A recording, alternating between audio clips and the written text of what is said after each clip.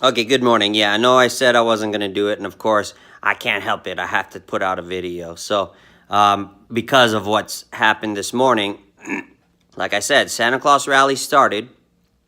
Do I think it's over? I don't think so. I think you're going to get another shocker today. Uh, I could be wrong, but I think you're going to get another shocker today. I think that the rally is not over.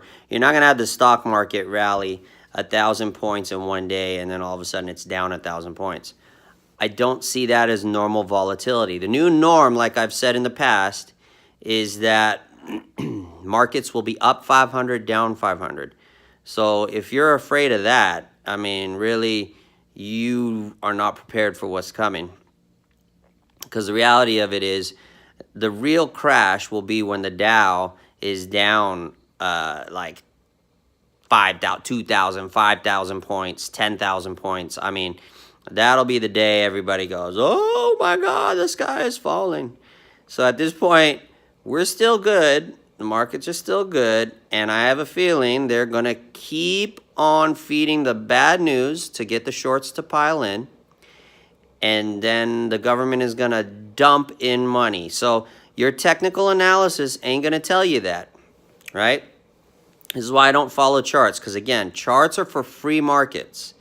They're for markets where you have a bunch of small players or medium players or big players all operating normally, and the government is hands off. And really, there is no market like that. All markets are manipulated at this point. And you know that because every country has a central bank. The word central tells you there's centralized monetary authority and power and control. So you're going to see a lot of manipulation. Now, the overall trend is down. So because nothing has changed economically, there's no way they're going to improve our economy. They can dump money in it. That's the danger if you're going to, short markets. If they just dump, you have to really watch. At what point does the money value start to diminish? And then they just keep dumping and the money just has no effect in the marketplace. So that is a potential. I don't see them doing that yet. I see them dumping money, but they're doing it strategically. So they scare everybody. They let the news who is anti-Trump report what they want, all negative, make everybody think negative.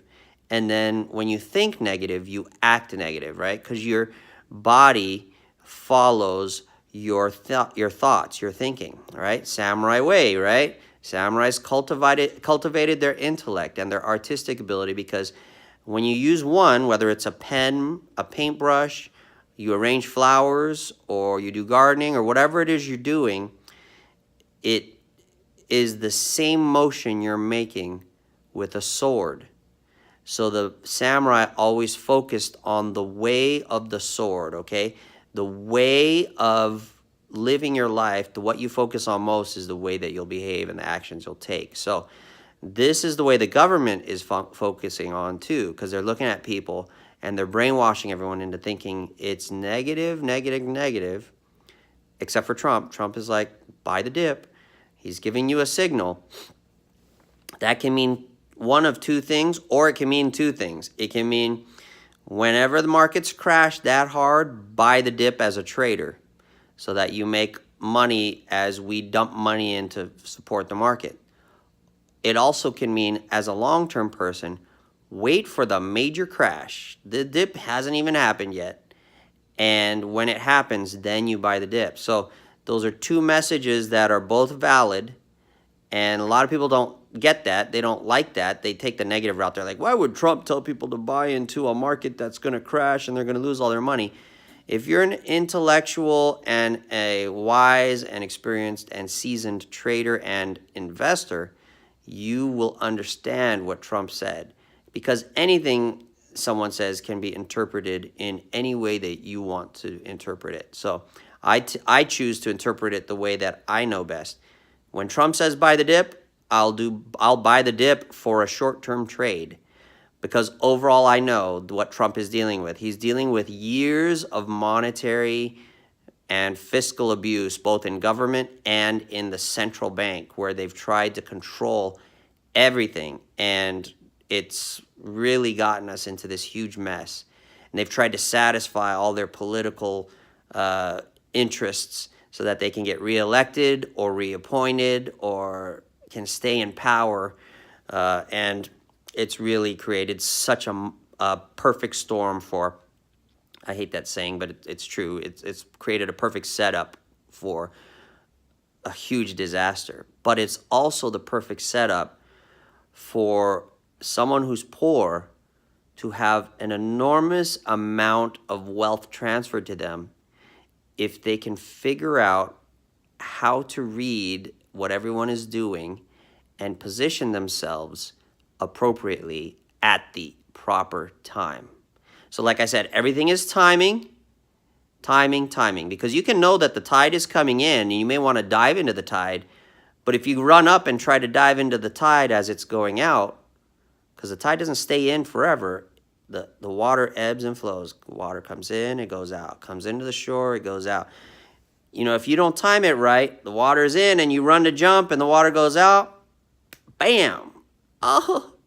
You land right smack dab on that compacted sand that the water is created by sucking all the air out with it and the moisture and the space out between those granules of sand. So you really have to educate yourself. So what I'm saying is Santa Claus, like I said, I don't know how high it can go. Anyone who tells you they know how high it can go, they have no frickin' clue, because there are too many players and there are too many unknowns. That's why I say every time the markets rally, you sell into strength a little bit here, a little bit there. You ladder your position, or what's known as dollar cost averaging. I really hate that term, but it's the most common term that investors use. Really, you ladder your position. You slowly step into it, baby steps. And depending upon the type of asset you use, you really have to understand your asset. If you're doing futures and options, you really have to use baby steps, because you could lose your fortune and everything if it goes against you when you timed it wrong or you made a mistake. Sometimes I make mistakes. So far, I've been calling these markets to the T, and I believe that they're doing the negativity thing again. They did the big rally yesterday, and then they opened the markets down 300, 400 points. Oh, big deal. That's normal. We see that on a regular basis. So everyone's negative, though. Anyone who doesn't understand that that's normal, they go, oh, the world's over, 1,000 points. They basically gave back any gains that they got from that 1,000-point rally. Really, we don't have any gains because we're down 5,000 points from the record. So any 1,000-point rally brought us up, down 4,000 points instead. We're still down 4,000 points, so we're not up at all. I mean, the reality of it is, anytime I hear that word record is when I short. I've told you that before. When we are hitting records, I took my money off the table, right? And I waited for the next opportunity, and I said I would short when I heard the next term record. That's precisely what I'm doing. So follow a plan, figure a plan out, and follow that plan to the T. Fine-tune that plan, watch it closely, and if you're disciplined, you'll do well. But remember, a liquidity crisis is coming, and there's going to be capitulation in all assets, the way I see it. So everything is going to be sold in order to go into the dollar. Dollar really rallied yesterday. Boy, am I telling you, that Brent Johnson theory of dollar milkshake theory is spot on. And I'm telling you, it's coming. And because the dollar is the world's reserve currency, when all the dollars come back home, and there's nobody to use them, the government will use it. They'll take in those dollars and they will use it to buy certain assets. So as the stock market falls, I think that as the Fed is raising interest rates, excuse me, I got a little something in my eye. As the Fed is raising interest rates and raising the value of the dollar, they will use the dollar ad infinitum, till forever, to prop up whatever needs to be done. So you have to really watch the value of the dollar, like I said. And I think that they'll let it crash and crash and crash, and then they'll prop it up and get a historic rallies, get everyone positive again. Then they'll let it crash, crash, crash, crash, crash. Everyone gets negative, then they'll prop it up again. They're going to play this game for a little while, and I don't think they have much more time to do it, because as the Fed raises rates, they're really damaging things because of the way they've done things, because of all the lending that's gone out and all the credit that's out there. That chicken's going to come home to roost at some point, and I think early in next year, may not be January, could be February, could be March. But typically that first quarter, the end of the first quarter, is when you get the capitulation. And when that happens, it happens fast. So you really need to be prepared and positioned properly and get your overall game plan right. And if you're in the wrong position and it starts to happen, you need to be quick and nimble on your feet to unwind that and get in the other direction to make up what you're about to lose. Because if you just stay in it, you get stuck in it, at some point, like I said, liquidity crisis, people are going to want dollars. And if you're holding an asset instead of dollars, you will not be able to sell that asset. It'll be like the real estate market all over again. You're going to get stuck with a property as the value is dropping, because nobody's going to want to buy it from you. The buying volume will dry up and you will be stuck. So you really need to time it. Even shorting, like I said, when the dollar crisis comes, they're going to want dollars alone.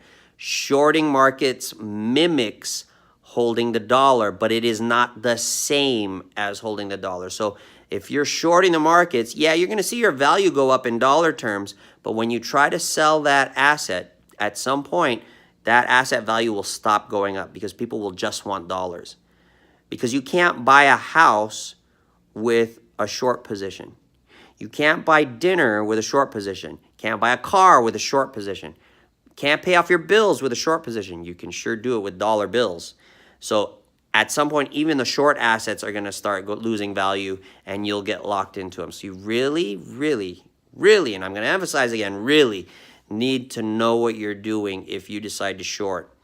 Other than that, the safest thing you can do probably is hold dollars and then just watch the dollar value like a hawk and watch what the government is going to do and what the Fed is going to do. Because if you hear the word monetize, nationalize, print, any of these words, even though we don't print dollars that much anymore, it's more a computer game, they still use the word, or create, or they may come up with some kind of term, and if you figure out that it means one of those things, that they're going to start using dollars and creating dollars to buy bad things, you need to exit the dollar and buy, most likely it'll be commodities, and it'll be those things that they're going to try to buy, but you don't want to buy bad assets. So to me, commodities, because it's going to go into investments.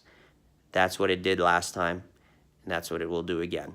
You won't see inflation on the normal level because it's going to be mostly these white-collar criminal, high-level thinking people that are going to be taking that money and putting it in to use. The average person doesn't have money like that. So, in fact, a lot of people are in debt and they're not even in the stock market. So the few of us that are actually doing the investing, you have to really start thinking on a higher level. Think about the Bible. The Bible tells you that the children of the light are not as shrewd as the children of the dark. Children of the light need to learn the ways of the children of the dark in terms of managing what does not belong to them, right? And multiplying it. That applies to money and wealth. If we can apply our knowledge of wealth appropriately, you can make a lot more impact as a Christian by using your wealth to support the churches rather than taking a vow of poverty, which is not necessarily what Jesus said. Jesus said, if you want to follow me, you should be willing to sell everything you have and give it to the poor. That means you should not have your heart tied to your treasure, because where your heart is, there also will you be, right? Your affections, right? Or where your treasure is, there will your heart be, right? So if you treasure your money and your assets and all that, you're not really a Christian. But if you're making money for the sake of Christianity and supporting poor people and supporting widows and orphans and causes that better society, that is truly Christian. So money is not the root of all evil. It is the love of money that is the root of all evil. And if you start worshiping money, you're worshiping an idol. So that's what I'm saying to you. Learn. Do not use your faith as a crutch. That's what the devil wants you to believe, that you don't need resources to do things. Everyone needs resources to do things. And if you believe in God and have faith in what he's teaching you, he will give it to you in abundance. He will give everything to you in abundance. Seek first God and his understanding and his wisdom and his righteousness, and everything else will be added to you besides. See, God never told us you're not going to get any wealth. You should throw away all your wealth. That's not what he told us. He told us seek the right way, the wisdom of how to use it, and it will be added unto you. So I firmly believe we have a once in a lifetime opportunity, maybe once in a multiple generation opportunity, to have a huge wealth transfer. And if you're sharp and you pay attention and you are nimble on your feet, you will, and you don't listen to what the media wants you to do, you develop an understanding for yourself what needs to be done, you will come out of this much better than most everybody else. But again, everyone's going to be hurt by it. So that's my message for today, ending in the new year, ending in the old year, into the new, going into the new year. Barring any new changes in the markets or in the world, anything that needs to be commented on, I won't be making any more videos. But who knows? I might end up doing it again, like I said. So again, one more time, Happy New Year. Happy and prosperous New Year, even though I know bad things are coming. Be prepared and we'll fare well. I love you guys. Thank you for all your support. For all you guys that are losing, I don't know if YouTube is unsubscribing followers or what, come back. If it's your first time watching and you like what I'm saying, subscribe, like, hit the notification so you know every time I put up a new video, which like I said, may not be until the beginning of next year, but still hit that bell notification. And most importantly, share, because sharing is caring, right? You care for me, you help me out, spread my message, and you help the people who need to hear that message instead of my just preaching to the choir. All right, y'all. Take care. Good luck trading. Godspeed.